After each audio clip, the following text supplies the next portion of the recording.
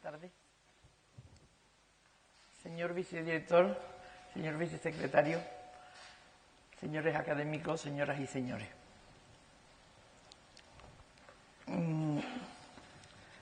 las dos magníficas conferencias que han precedido a esta mía, mis compañeros de academia, los profesores Luis Ribó y Serafín Fanjul, nos han presentado un panorama completo de la situación, primero de la situación de España en esa época y la confluencia que se dio en el rey Carlos de una herencia bastante complicada. Y el profesor Fanjul nos ha presentado un panorama, nos presentó un panorama completo de la situación de España, de la expansión del Islam hacia el Oriente durante la Edad Media y los esfuerzos de los países occidentales por poder adquirir los ricos y costosos productos que llegaban de los países asiáticos, entre ellos las muy codiciadas especies. Me corresponde a mí, antes de llegar al viaje que tanta trascendencia posterior tuvo, ver los comienzos de la expansión hacia Occidente y considerar la importancia que tiene este quinto centenario, porque en el año que estamos, que se cumple un quinto centenario del viaje de Magallanes, en el año 19 se dieron una serie de circunstancias que concatenadas hicieron posible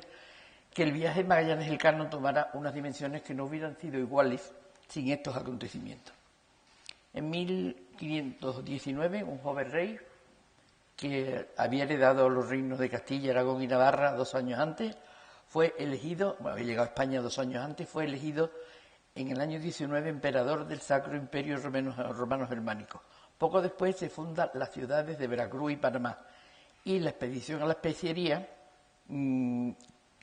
comenzó su andadura también en el año 19. A todo esto contribuyó sin duda la expansión atlántica anterior, que estaba siendo plasmada en mapas guardados en la Casa de la Contratación como secretos de Estado y proporcionaban unos conocimientos de las nuevas tierras ocupadas por Castilla que dieron unos frutos impensables. No voy a proyectar otra imagen más que esta que tienen ustedes en pantalla, que es el magnífico mapa que hemos sacado de aquí, de la cartoteca de esta casa. La responsable, Carmen Manso, fue la que lo seleccionó y en el que está plasmado todo lo que voy a decir. Este mapa, que lo tienen ustedes en el programa que tienen en la mano, porque lo envuelve el programa, está descrito como carta universal que se contiene todo lo que del mundo se ha descubierto hasta ahora, la cual se divide en 2 partes conforme a la capitulación que hicieron los católicos reyes de España el rey don Juan de Portugal en Tordesillas. Hízola Diego Rivero, cosmógrafo de Su Majestad, año de 1529 en Sevilla. Este mapa, como digo, yo no voy a proyectarlo, voy a dejar puesto ahí para que ustedes vean, porque en realidad con este mapa, en este mapa está compendiado todo lo que yo voy a hablar. Aquí tenemos la península ibérica, que el otro día nos dio la situación don Luis Ribó. Después tenemos toda la expansión hacia Oriente, que también nos explicó el otro día don Serafín Fanjul. Y después yo voy a empezar, me corresponde a mí, la expansión a Occidente. Pero si ustedes se fijan, y luego lo iré diciendo, hay un periodo de 30 años en la que, de haber descubierto toda esta parte de aquí, se va bajando hacia el sur hasta que se encuentra el Paso de Magallanes y se descubre este inmenso océano, que el océano más grande que había era desconocido absolutamente. Entonces, como digo, como aquí está compendiado todo lo que quiero decirles, de vez en cuando señalaré algún sitio cuando me parezca que sea necesario. Me van a perdonar que comience mi exposición con una cita un poco larga de Pedro Mártir de Anglería, que refleja de forma muy clara lo que hoy quiero yo señalar aquí. En su quinta década, dedicada a Clemente VII, el Papa Clemente VII de la familia Medici, que fue el que coronó a Carlos V como emperador del Sacro Imperio Romano Germánico, dice así: la cuarta década de las cosas de India la dediqué, Santísimo Padre y Príncipe Clementísimo, a León X, que era el anterior, pontífice máximo y munifentísimo primo tuyo. En ella, con toda fidelidad, y de modo más completo referí los hombres y tierras desconocidas que en nuestro tiempo y hasta 1520 del parto virginal se descubrieron. Pero después se han recibido cartas de Hernán Cortés, capitán general de la Armada Cesárea, desde aquellas tierras que a la sazón intentaba someter al poderío español, en las cuales cartas se contienen cosas nuevas, inauditas y verdaderamente admirables. Y unos renglones más adelante escribe: continúa pues tu comenzada obra, procura que entre los príncipes cristianos, el César sobre todo, le está diciendo al Papa, y los reyes muy católicos, cese toda disidencia y se instaure perpetua paz. Levanta contra los impíos enemigos el estandarte de la cruz salutífera y deja a la posteridad eternos monumentos de tu fama y gloria, que ninguna edad podrá borrar jamás. Como lo han advertido, de un lado puede verse cómo en la corte existía ya un ambiente de que en muy pocos años se presentaba un nuevo periodo en tierras americanas en el que habían ocurrido cosas nuevas, inauditas y verdaderamente admirables. Es decir, que algo había cambiado y por lo tanto hacía falta un nuevo rumbo. Y también, si nos fijamos en el segundo párrafo que he leído, se refleja algo que hay que tener muy en cuenta: el fuerte poder de la Iglesia en ese momento para cualquier mentalidad y en cualquier lugar, es decir, para todo el mundo.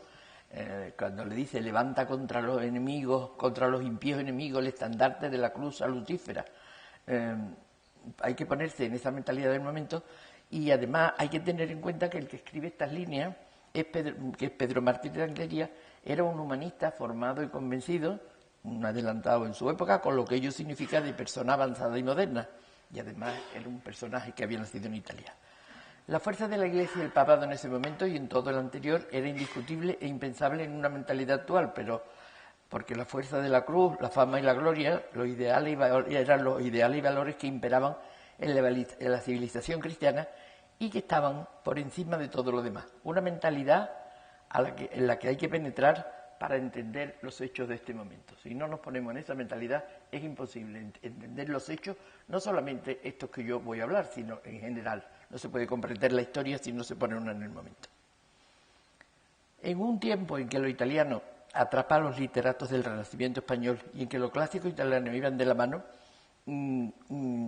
esta frase es escrita por un hombre de esa nacionalidad, italiano, con influencia en la corte y que se llamaba a sí mismo el primer cronista de India, hay que tenerla muy en cuenta. Como es sabido, cuando el Renacimiento iba penetrando desde el siglo XIII con más o menos intensidad en muchos lugares del continente europeo, el conglomerado de reino que entonces formaba lo que en pocos años sería la nación española o el imperio hispánico, estaba aún en una edad media, casi agonizando, y la nueva corriente iba llegando lentamente y alcanzó su cenit en el reinado del emperador Carlos, como cantan algunos poetas bastante, y he cogido un poeta petrarquista y amigo del emperador, Hernando de Acuña, una elegía pequeña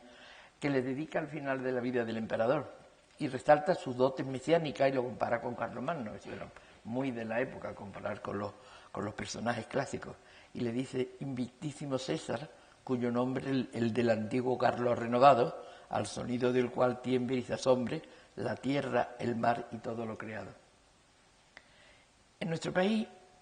elementos de uno y otro periodo se unirían para conformar un tejido único, que sería el que envolvería una época irrepetible en la historia de España y en muchos sentidos también en la historia universal. Con ese tejido, con muchas características de una y otra parte, es decir, de la Edad Media y la edad que estaba penetrando la edad renacentista, se consiguieron en un periodo de menos de 30 años cambios impensables, y para delimitarlos podíamos elegir dos fechas muy significativas. Me refiero a 1492 y al año que estamos conmemorando actualmente, 1519. En 1492 ocurrieron tres hechos trascendentales, de todos más o menos conocidos,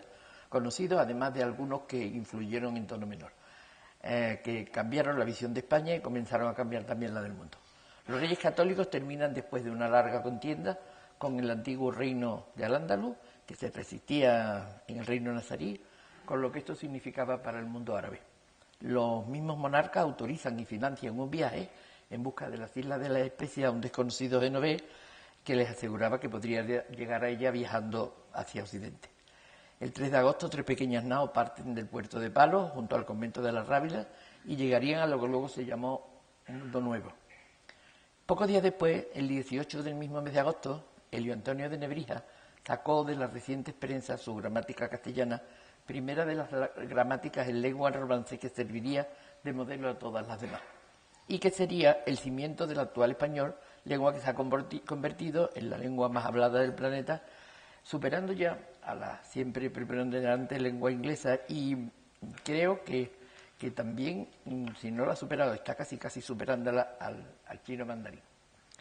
En 1519 ocurrieron 4 hitos de singular importancia, es decir, que se cumple que este año 5 siglos.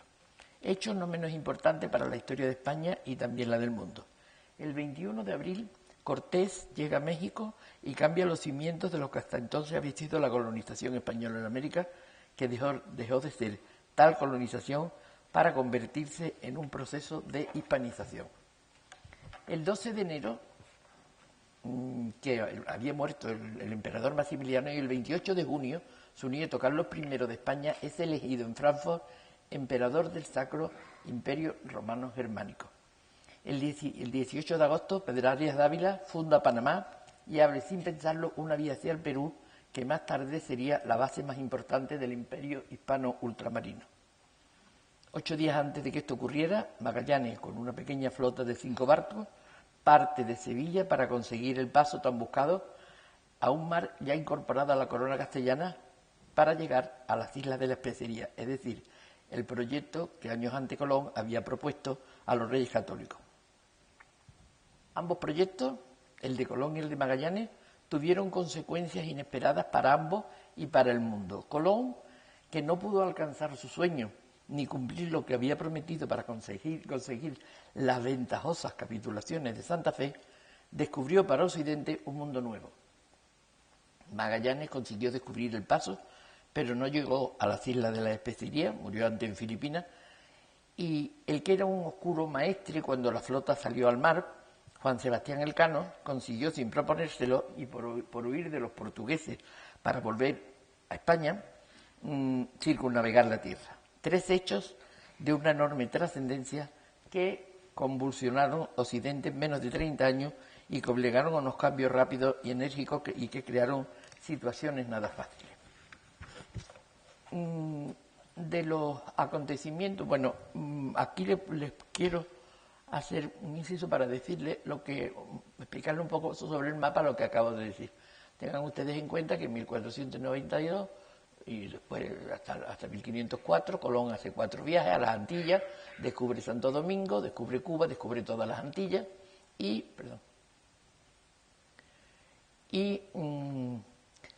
después en el 4.º viaje, bueno, en el 3.er viaje había pasado por aquí, por la boca del Orinoco, se da cuenta de alguna manera que esto ya no es Asia como él iba buscando, y entonces el 4.º viaje es un empeño en buscar, desde aquí, desde tierra firme, en buscar el paso por aquí, porque él pensaba que por aquí tenía que estar el paso, y llega hasta Yucatán, llega hasta el final de lo que es Centroamérica. No desembarca aquí, desde luego. Es decir, que en estos 30 años que van, desde que Colón sale en el 92 de Palos, hasta que Magallanes sale de Sevilla y descubre el estrecho por aquí y consigue recorrer todo el océano Pacífico, fíjense, en 30 años lo que ha supuesto el avance español, que fue una cosa absolutamente inconcebible, muchísimo más amplio, si ustedes lo ven, que el otro día nos explicó don Serafín Fanjul de todo el imperio árabe, que había desde luego sido una expansión también imponente. De los acontecimientos del 92 ya me ocupé anteriormente, precisamente en mi discurso de ingreso en esta Real Academia, y ahora voy a tratar de explicar cuáles fueron las bases en las que España, sin tenerlo planeado, consiguió montar su inmenso imperio ultramarino mantenido durante más de 3 siglos. De todo ello, los 3 hitos más importantes, inconexos y completamente distintos, ocurrieron, como acabo de señalar, hace exactamente 30 años, 500 años, perdón. El viaje de Magallanes Elcano, que es, digamos, el meollo de todo este ciclo que se ha organizado, quedará pendiente para que lo hagan de la mano del profesor Pablo Emilio Parmallaina el viernes que viene, que los guiará por los 3 océanos con sus sólidos conocimientos de los hombres del mar y de la náutica. A mí me corresponde hoy exponer ante ustedes cuáles fueron los pilares de nuestro gran imperio ultramarino que comenzó, según mi criterio, hace 5 siglos. 3 hechos que se fueron sucediendo sin conexión entre ellos y que al cabo de unos pocos años marcaron a la corona española las líneas a seguir. Hechos que tienen sus protagonistas, hombres distintos, singulares y complejos. Cortés, Pedrarias Dávila, Magallanes y Juan Sebastián Elcano. Los dos primeros, que llevaban órdenes y tareas completamente opuestas, fundan 2 ciudades que serían los puntos neurálgicos de un comercio transatlántico que cambiaría la economía de Europa. Veracruz y Panamá, cabeceras de una flota que mantuvieron las tierras americanas permanentemente unidas a la península. Los 2 segundos, Magallanes y Elcano, llevaron a cabo la empresa más universal de la historia de España. Don Guillermo Céspedes del Castillo, americanista insigne, uno de mis queridos maestros, en una conferencia que dictó en esta Real Academia, en un ciclo que coordinó su entonces director, el profesor Gonzalo Anes, y que aparecieron en un precioso libro, en el que se llama El umbral de Carlos V, publicado en el año 2000, y que según mi criterio, señores académicos, señor vicedirector, creo que debería ser reeditado ahora mismo por su tremenda actualidad, explica de manera magistral el cambio que supuso la colonización y el gobierno de las Antillas con lo que luego sería la acción de Cortés después de fundar Veracruz. Algo muy distinto, pero con los mismos resultados, ocurrió cuando Pedrarias Dávila fundó en el Pacífico la ciudad de Panamá, que sería para el Perú la misma plataforma que anteriormente habían supuesto las Antillas para llegar a México. Si ustedes ven aquí, las Antillas fueron siempre primero Santo Domingo para llegar a Cuba y después desde Cuba fue desde donde se llegó a Yucatán en 2 viajes antes que la expedición de Cortés. 2 acciones inconexas, la de Panamá y Veracruz, con distintos antecedentes en territorios muy diferentes y circunstancias opuestas según los mandatos que llevaba cada uno, pero que complementaron ambas esa firme plataforma que necesitaba el imperio, que parecía mucho más amplio después de la vuelta del Elcano, cuando Carlos I, que había impulsado el viaje de Magallanes Elcano, había sido ya coronado emperador. Un cúmulo de circunstancias, como ustedes ven, absolutamente extraordinarias. El profesor Céspedes comienza su magnífica síntesis advirtiendo cómo ante un mundo nuevo en el que no se sabía aún cómo actuar, se enfrentaron las distintas concesiones del emperador. Lo del emperador, de los conquistadores y del clero, y que se enfrentaron, más que por los intereses de cada uno o sus ideas políticas, por el concepto de Estado. Por eso señala la importancia que tiene para el historiador, cuando pretende ser neutral, de comparar esa realidad subjetiva de cada uno con la realidad objetiva en lo que le es posible. Y dice, y descubrir la verdad en asuntos en los cuales viejos mitos se resisten denodadamente a desaparecer. Eso lo estamos viendo todavía hoy, por eso digo que es de una gran actualidad. Como verán, lo que el profesor Céspedes escribe está ahora mismo es una realidad palpitante y aunque no seré capaz de explicarlo como él, sí desde luego estoy seguro que voy a llegar a las mismas conclusiones. Para ello necesito remontarme a unos años antes, cuando las Antillas estaban en toda su efervescencia y de allí partían todas las expediciones al continente y se enviaban al continente norte y al continente sur. De las Antillas partían a tierra firme y partían a Yucatán, aquí arriba. Y se enviaban a la península todo el oro que se podía recaudar o conseguir de manera no muy ortodoxa. Un semillero de discordia y mal gobierno, muchas veces censurado, pero pocas veces felizmente evitado. Para que se pueda apreciar el cambio es necesario remontarse al primer viaje colombino y a las noticias de su diario. Nada mejor que dejar hablar al almirante ante su deslumbre al llegar a la tierra ansiada, que resultó ser una pequeña isla de las Bahamas que los indios llamaban Guananí, como saben muy bien, donde comenzó la leyenda del buen salvaje. Cuenta así el primer encuentro, Colón. Luego vinieron gente desnuda y el almirante, es decir, él mismo, saltó a tierra en la barca armada. Y Martín Alonso Pinzón y Vicente Yáñez, su hermano, que era capitán de la Niña. Sacó el almirante la bandera real que llevaba el almirante en todos los navíos, por seña con una F y una I, y encima de cada letra su corona. Puestos en tierra vieron árboles muy verdes y aguas muchas y frutas muchas y de diversas maneras. Yo, porque nos tuviese mucha amistad, porque conocí que era gente que mejor se libraría y convertiría nuestra santa fe por amor que no que por fuerza, le di a algunos de ellos unos bonetes rojos y unas cuentas de vidrio que se ponían en el pescuezo y otras cosas de poco valor, con que hubieron mucho placer, que quedaron tan nuestros que era maravilla, los cuales después venían a nuestras barcas nadando y nos traían papagayos e hilos de algodón en ovillos y azagallas y otras cosas muchas, y nos trocaban por otras que nosotros les dábamos como cuentecillas de vidrio y cascabeles. En estos párrafos idílicos de Colón, escrito con el júbilo, yo pienso que más por haber conseguido llegar a tierra que por la realidad que le rodeaba, podemos apreciar ya una primera versión ante lo desconocido de un hombre que quería deslumbrar a sus protectores y hacer valer su éxito. Primero, el reconocimiento del poder real, resaltando lo de las banderas con las iniciales de los nombres de los reyes y su corona sobre ellas. Segundo, la bondad de las tierras descubiertas, de árboles muy verdes, y muchas aguas y muchas frutas. Tercero, la inocencia y buena voluntad de los indios obsequiosos e inocentes. Y cuarto, la manera del trueque, que sería una constante muchos años después, una forma de alguna manera, engañar a los buenos salvajes con un comercio que fue abusivo y ventajista. Con todo ello se nos está mostrando una mentalidad que, aunque reconocía la potestad de los reyes ante los nuevos vasallos,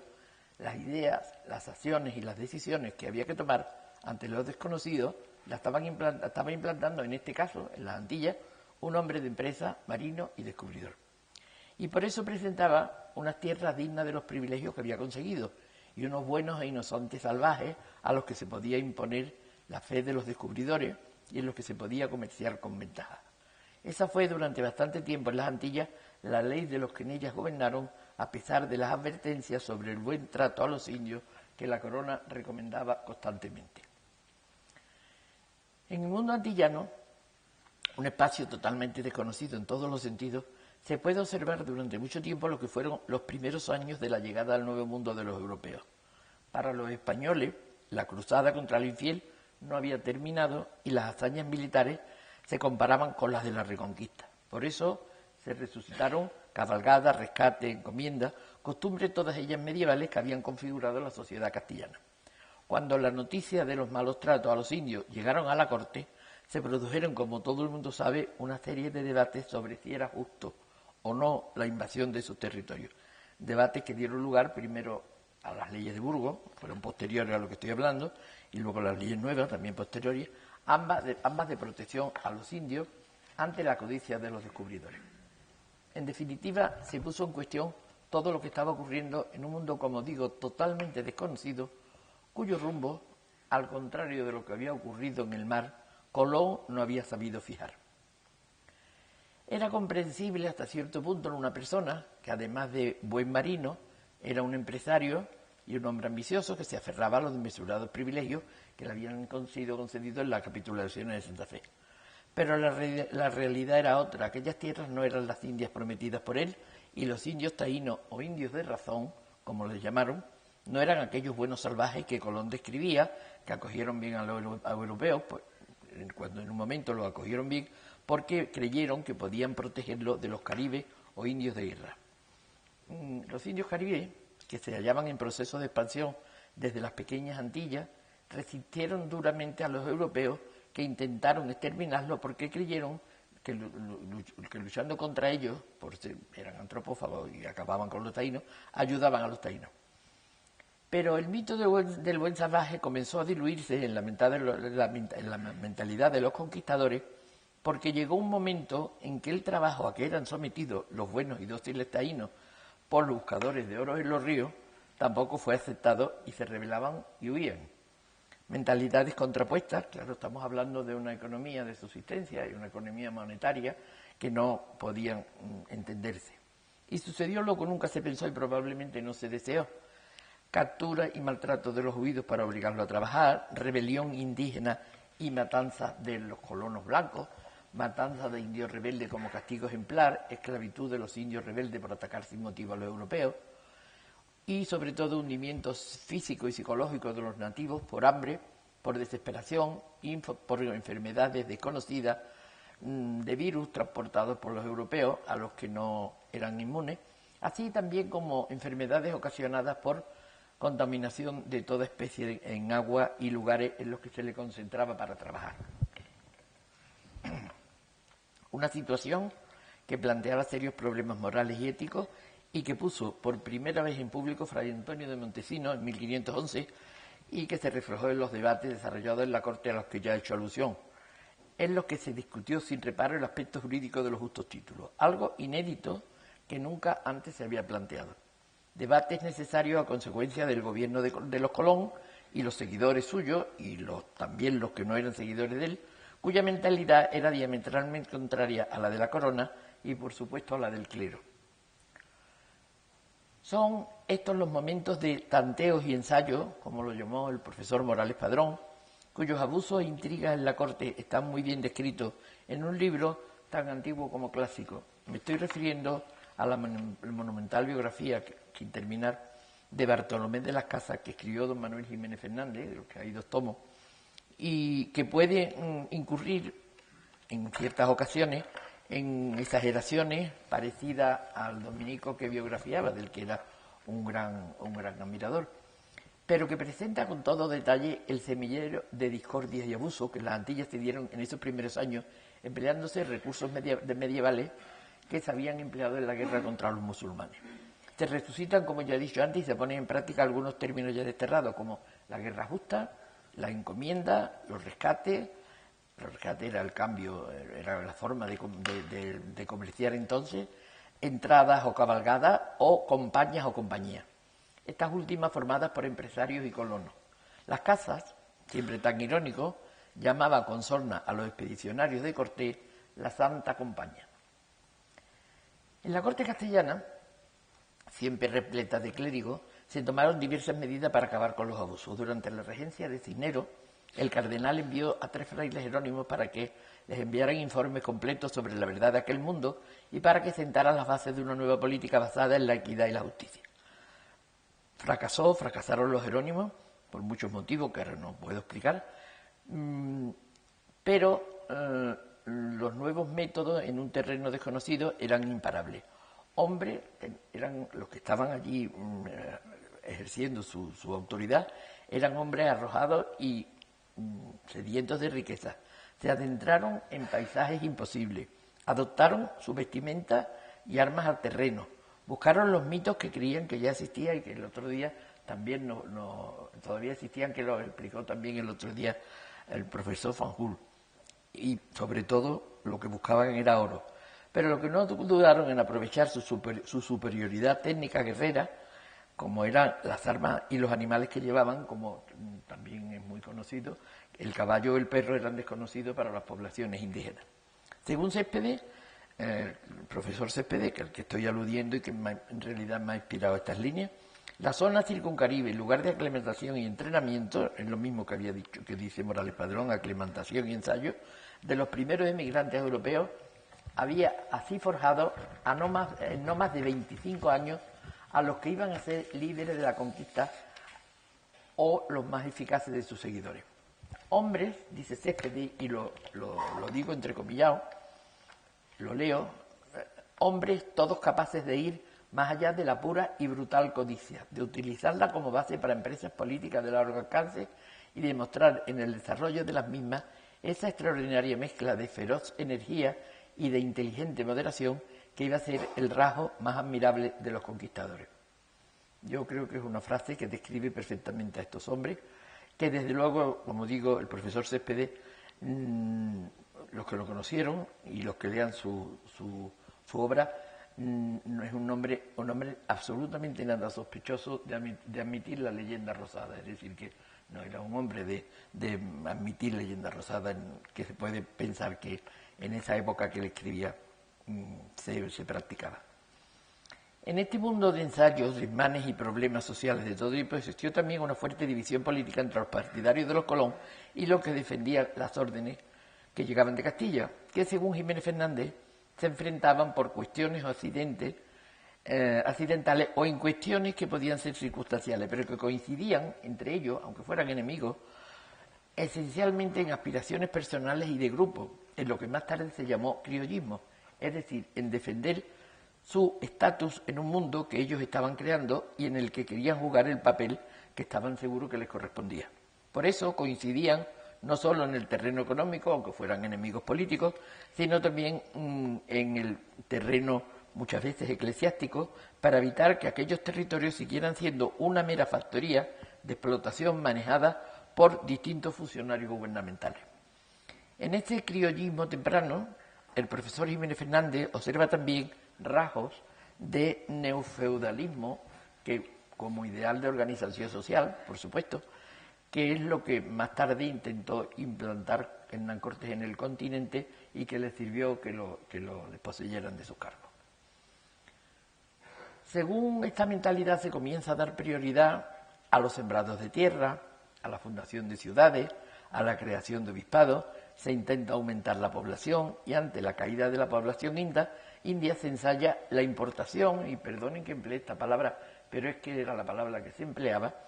la importación de esclavos africanos, además de permitir la libre emigración a las nuevas tierras de todos los territorios de la corona e incluso de extranjeros. Y por supuesto se muestran partidarios de los repartimientos de indios a perpetuidad. Esta era muy grandes rasgos el panorama en las Antillas, la llegada a España de Carlos I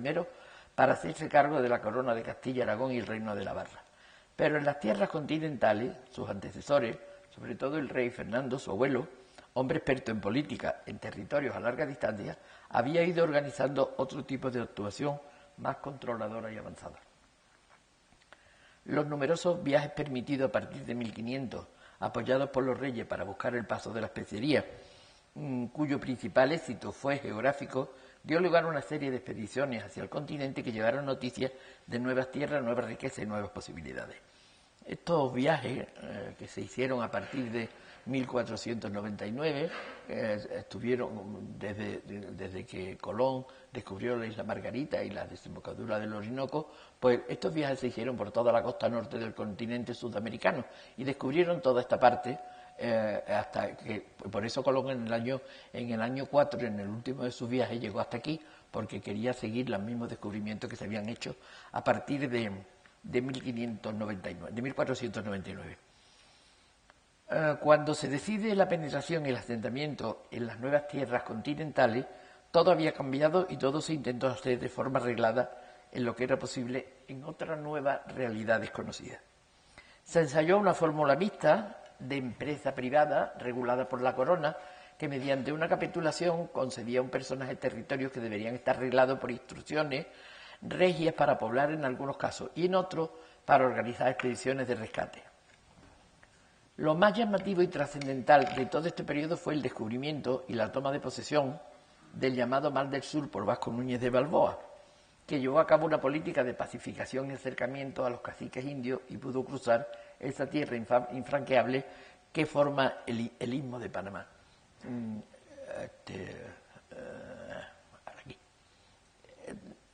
Balboa, aquí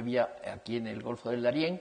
una ciudad, la primera ciudad que se funda aquí en el continente sudamericano se llamaba Antigua, entonces desde aquí fue un poco más para arriba y por la parte más estrecha del Istmo de Panamá cruzó y descubrió en el año 13, vio por primera vez el Pacífico.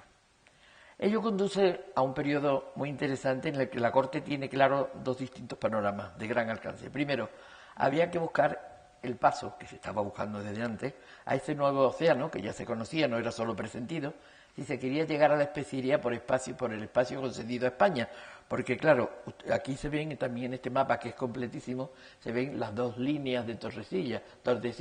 la línea que se trazó y después la línea que está por aquí también, aquí, que era el antemeridiano, que esta no se conocía. No se sabía si las Molucas que estaban aquí pertenecían a Castilla o pertenecía a Portugal.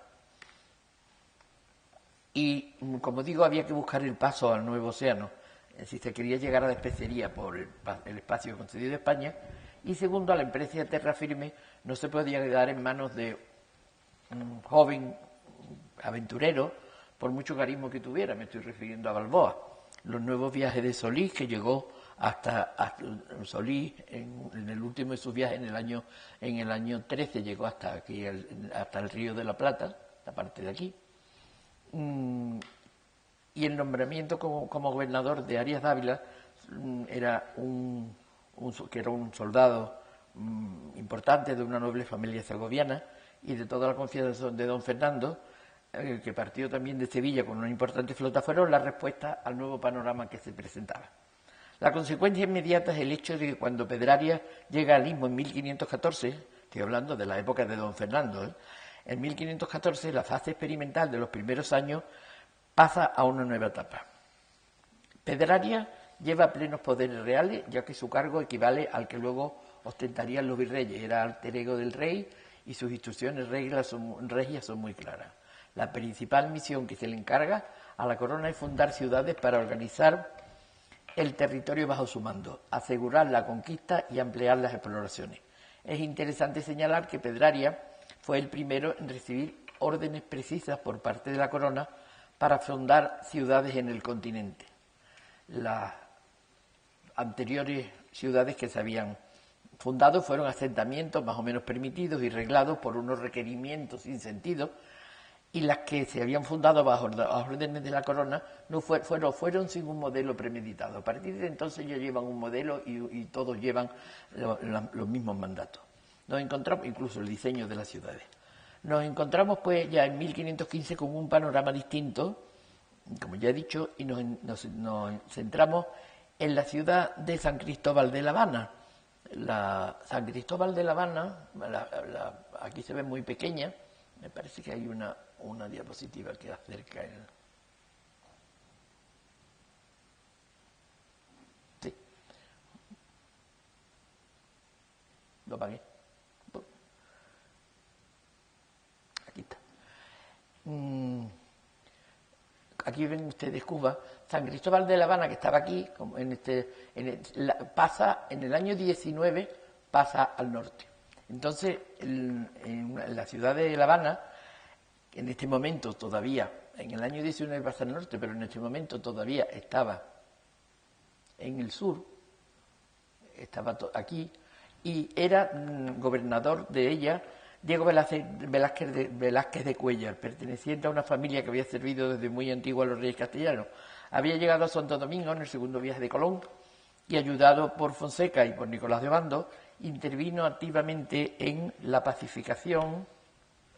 de la Española. Desde la isla española, es decir, desde Santo Domingo, conquistó Cuba, de la que recibió el título de adelantado. Desde allí, buscando una nueva frontera, patrocinó la expedición primera de Hernández de Córdoba a Yucatán y más tarde la de Juan de Grijalva, aquí a Yucatán, y más tarde la de Juan de Grijalva y Pedro de Alvarado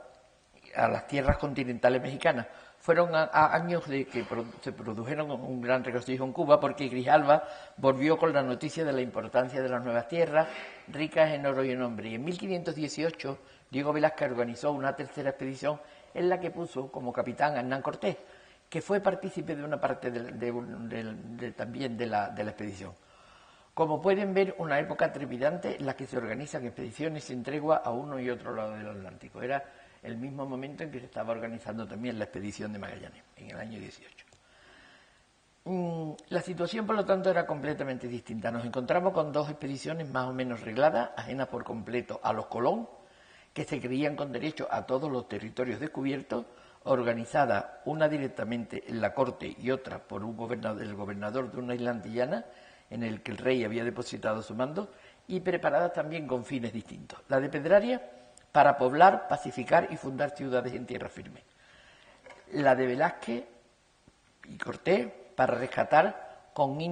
los indios en la isla Cozumel y en Yucatán, y volver con todo el oro que pudieran. distintas concesiones de dominio y distintos hombres para llevarlo a cabo.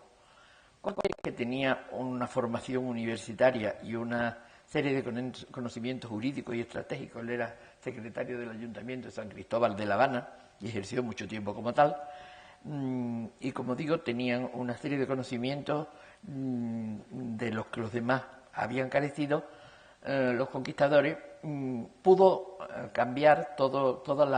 el montaje que había organizado Velázquez. Eso será el próximo día cuando hable de Veracruz. Pedraria,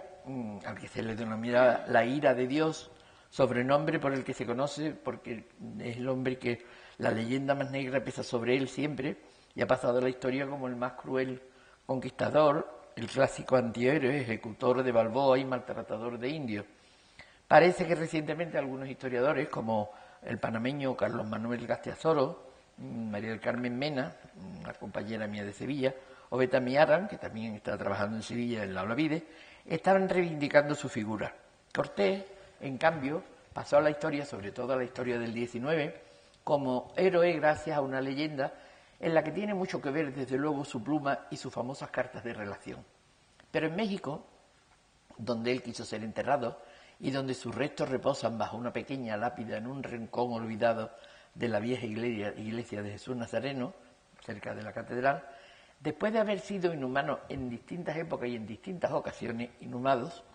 y por distintos motivos, es absolutamente repudiado y, en el mejor de los casos, ignorado. Nadie quiere saber que lo que es hoy el gran país mexicano se le debe a él primordialmente. Estos dos hombres tan distintos y con mandatos tan contrarios fueron los encargados de fundar las dos ciudades que serían la base o las bases de comunicaciones y del comercio en un imperio transatlántico que duraría, como digo, más de 3 siglos. Si tenemos en cuenta que ya no un imperio, pero sí que las colonias estuvieron en poder de Cuba y Puerto Rico y Filipinas hasta el 98, pues son prácticamente 4 siglos. No voy a hablar de Veracruz, de la fundación de Veracruz, porque, como he dicho hace un minuto, lo haré dentro de unos días en un ciclo coordinado por el secretario de esta Real Academia, don Feliciano Barrios. Pero sí quiero decir que la fundación de Veracruz, al ser el núcleo y el sustento administrativo e ideológico de la posterior conquista de Nueva España, fue vista como la oportunidad de disponer de un territorio desde el cual proseguir la expansión, esto fue después, hacia el Pacífico y la especiería. Indicios de esta hipótesis ya están en la tercera carta de relación de Cortés al emperador, cuando ya se había y en la que le escribe en octubre, en la cuarta carta, el 15 de octubre de 1524, cuando ya ha vuelto el Cano, Cortés va más lejos y espolea a Carlos V a ser el monarca del mundo, pues las travesías de los barcos españoles serían hechas en aguas de soberanía española en su integridad. Estaba ya enterado, porque ya, bueno, no quiero adelantarme mucho a esto, pero lo verán ustedes cuando hable de la fundación de Veracruz. Cortés desde aquí va a Tenochtitlan, como ustedes saben, y llega el año que viene.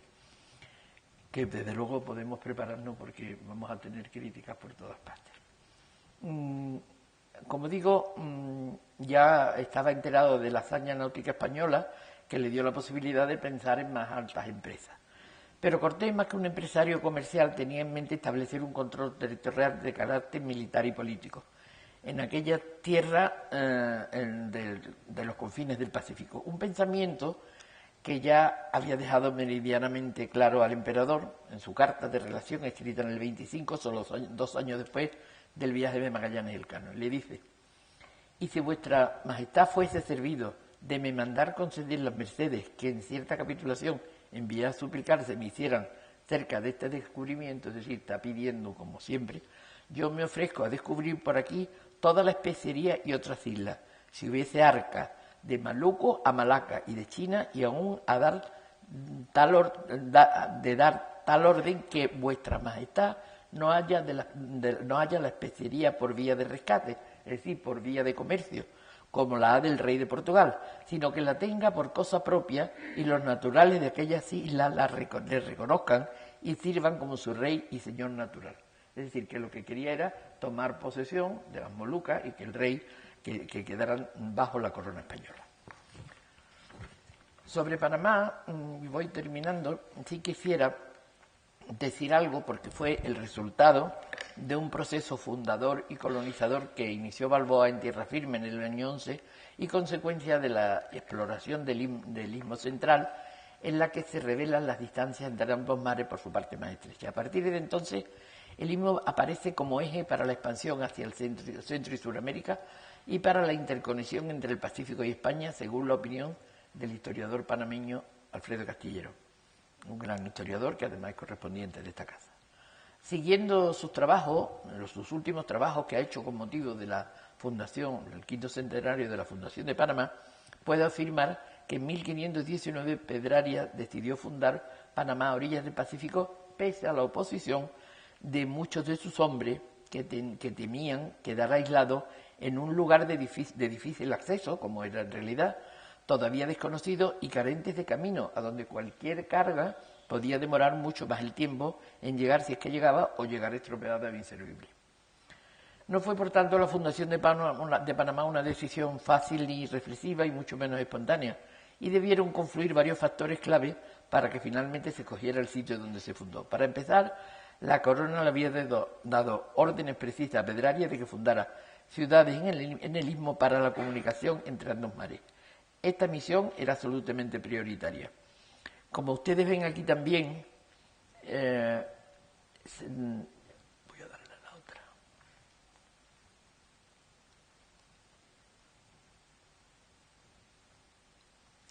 Como ustedes pueden ver en este mapa, que como verán es completo, se ve que este mapa está hecho en el año 29, es decir, 7 años después de la vuelta del Cano. Ya Panamá estaba aquí, y entonces desde aquí se habían fundado por el sur de Centroamérica, dando al Pacífico bastantes ciudades, y como ustedes ven también se había reconocido la parte de Colombia, toda esta parte de Colombia. Todavía aquí está un poco borroso el mapa, pero la palabra que viene aquí es Perú, lo tienen ustedes en el programa, porque ya se había oído hablar de Perú, pero esto todavía no era Perú. Y entonces, como ustedes ven, todo esto, pero aquí ya ven que no pone nada, no pone nada, el que hace el mapa no pone absolutamente nada, porque no se conocía, claro, Magallanes había pasado por aquí y el Pacífico, y esto no se conocía nada, y de Norteamérica no se conocía más que la costa que daba al Atlántico. Hasta el momento América había sido un gran fiasco financiero, era un continente virtualmente improductivo y un gran obstáculo que se interponía en el camino de Asia, donde se encontraba el Catay, el gran imperio chino, así como otras civilizaciones de las islas de la especería y promesas de grandes riquezas. El Nuevo Mundo no era lo que se esperaba encontrar. Era preciso buscar el paso, encontrar un pasaje para llegar al otro mar y regular las comunicaciones con Oriente. Téngase en cuenta que las naves de Magallanes navegaban todavía cuando Cortés funda Veracruz y cuando empieza a pensar que puede llegar por allí al Pacífico, que navegaban todavía por el Pacífico. Ese era el gran proyecto geopolítico del naciente imperio y no para otra cosa fue enviado en Pedraria una vez que Balboa descubrió el Mar del Sur. El descubrimiento del Pacífico resultó en realidad un hito formidable en la era de los descubrimientos y de enorme trascendencia para la expansión del mundo moderno, ya que le despejaba a España la incógnita durante muchos años de poder llegar al Oriente por Occidente. Esa política, a largo plazo, tan cultivada por Fernando el Católico, no podía dejarse en manos de un joven inexperto, como ya he dicho antes, pero muy carismático. Se convenía a ponerla en manos de alguien como Pedraria, hombre de sólidas conexiones.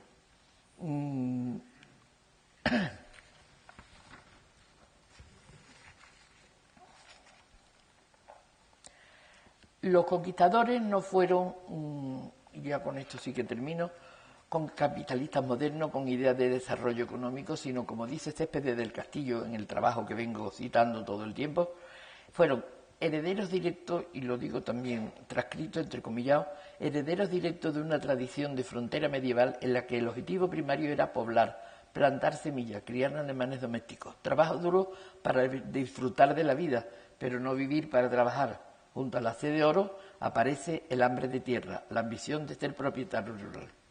Y termina con una frase que yo también quiero terminar, con la que quiero terminar esta intervención, porque me parece reveladora en estos momentos de incertidumbre y a la espera, como ya he dicho, de las críticas que nos esperan cuando Cortés, sea la época del quinto centenario que Cortés llegue a Tenochtitlan, y veremos a ver lo que tenemos que soportar esos años. Vuelvo a citar al profesor Céspedes, que como he dicho al principio, no es de ninguna manera sospechoso de ser halagador ni nada de la leyenda rosada. Termino con esto. Los conquistadores, famosos en unas guerras no más brutales ni sangrientas que las emprendidas coetáneamente por los monarcas en tierras europeas, tuvieron importancia histórica como pioneros, organizadores y empresarios. Dedicaron unos años de su vida a guerras, generalmente de corta duración. Pero los que sobrevivieron dedicaron el resto de su existencia a tareas pacíficas y creadoras de poblamiento por las que también merecen ser recordados. Eso es lo que escribió don Guillermo en el año 2000 y yo hoy lo suscribo, por supuesto, con todo entusiasmo como alumna y admiradora suya. Muchas gracias.